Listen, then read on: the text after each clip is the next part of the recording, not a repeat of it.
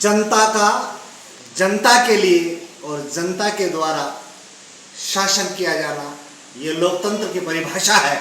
और लोकतंत्र की परिभाषा विश्व में सबसे विख्यात है, ये है अमेरिका के पूर्व राष्ट्रपति अब्राहम लिंकन के द्वारा। ये उनकी सोच थी कि लोकतंत्र में जनता के द्वारा किस प्रकार का शासन किया जाना चाहिए। इसलिए आज बात करते हैं जनता किस प्रकार अपने प्रतिनिधियों को चुनती है, पार्टियां किसके माध्यम से, जनता के माध्यम से जनता के लिए ही एक प्रतिनिधि चुनती है। और उस पार्टी का एक अपना मैनिफेस्टो होता है, उस पार्टी की अपनी विचारधारा होती है और उस विचारधारा के आधार पर वे जनता के बीच में जाते हैं। और जनता जनार्दन जिसे चाहती है वो इस देश का हुक्मरान होता है, वह इस देश का मालिक होता है और वही इस देश को एक दशा और दिशा देता है। अब बात आती है चुनाव की, क्योंकि भारत चुनावों का देश है और लोकतांत्रिक व्यवस्था है। 5 वर्षों में चुनाव आते हैं, बदलाव आता है। यदि आपके सकारात्मक कार्य है तो निश्चित रूप से आगे बढ़ेंगे, अन्यथा जनता जनार्दन यदि चाहेगी तो उस राजा को भी रंक बनाने में कोई समय नहीं लगेगा। मैं बात करता हूं मध्य प्रदेश की, क्योंकि मध्य प्रदेश में नवंबर 2023 में चुनाव आने वाला है और वो चुनाव होगा विधानसभा का चुनाव। क्या आपको याद है एक बार जब एक राजा ने बड़े ही अहंकार से कहा था कि अब जनता पूरी तरह से मेरे अधिकार में है और मैं जैसे चाहूं वैसे इस देश में जनता के ऊपर शासन कर सकता हूं। और उस दौरान राजा को रंक बनाने का काम मध्य प्रदेश की जनता ने किया था। और आज फिर वो समय आ गया जब मध्य प्रदेश में नवंबर 2023 में चुनाव की सुगबुगाहट है, यानी चुनाव का बिगुल बज चुका है।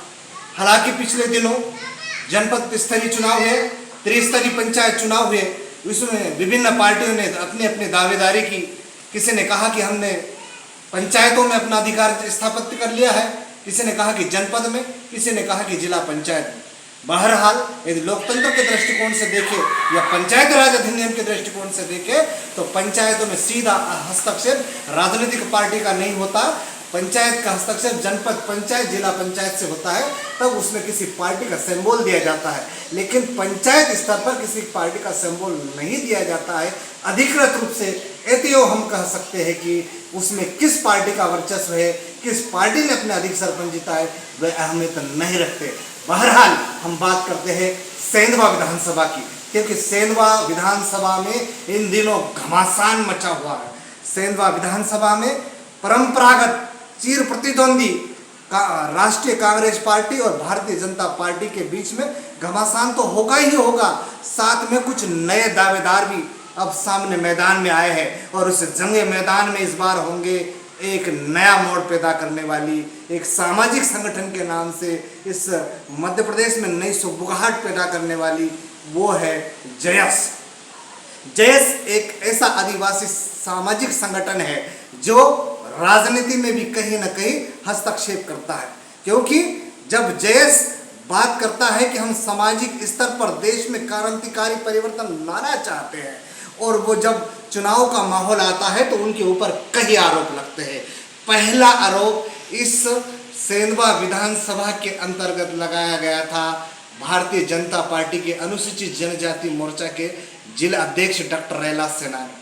डॉक्टर रैलास सेनानी ने एक चुनाव के कार्यक्रम में एक न्यूज चैनल के टॉक शो में कहा कि जयस ढोंग करना बंद कर दे, क्योंकि जयस दिन में सामाजिक स्तर के संगठन के नाम पर समाज के लिए लड़ने की बात करते हैं और वहीं पर कांग्रेस के प्रदेश अध्यक्ष कमलनाथ के पास टिकट मांगने जाते हैं।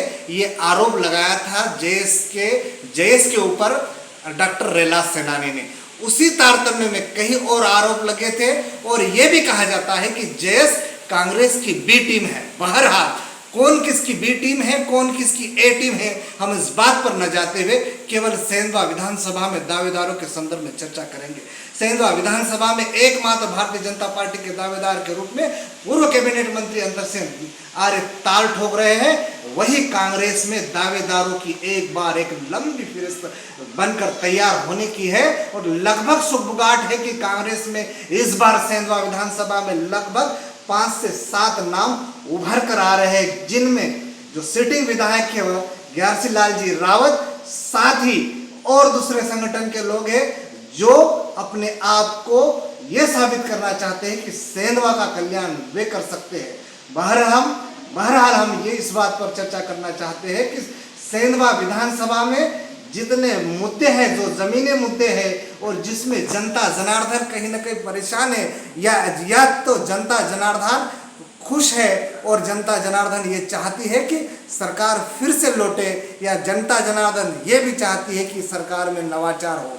तो इस प्रकार की जो दावेदारियां हैं वो पेश हो रही है, किंतु आने वाले समय में जनता जनार्दन क्या बात कहेगी, वो बात मैं पुनः आपसे कहना चाहता हूँ कि जिस प्रकार अमेरिका के पूर्व राष्ट्रपति अब्राहम लिंकन ने कहा था कि जनता के लिए, जनता के द्वारा जो शासन चलाया जाएगा वही लोकतंत्र होगा, और लोकतंत्र की जो अग्नि परीक्षा है वो नवंबर में मध्य प्रदेश की धरती पर होगी।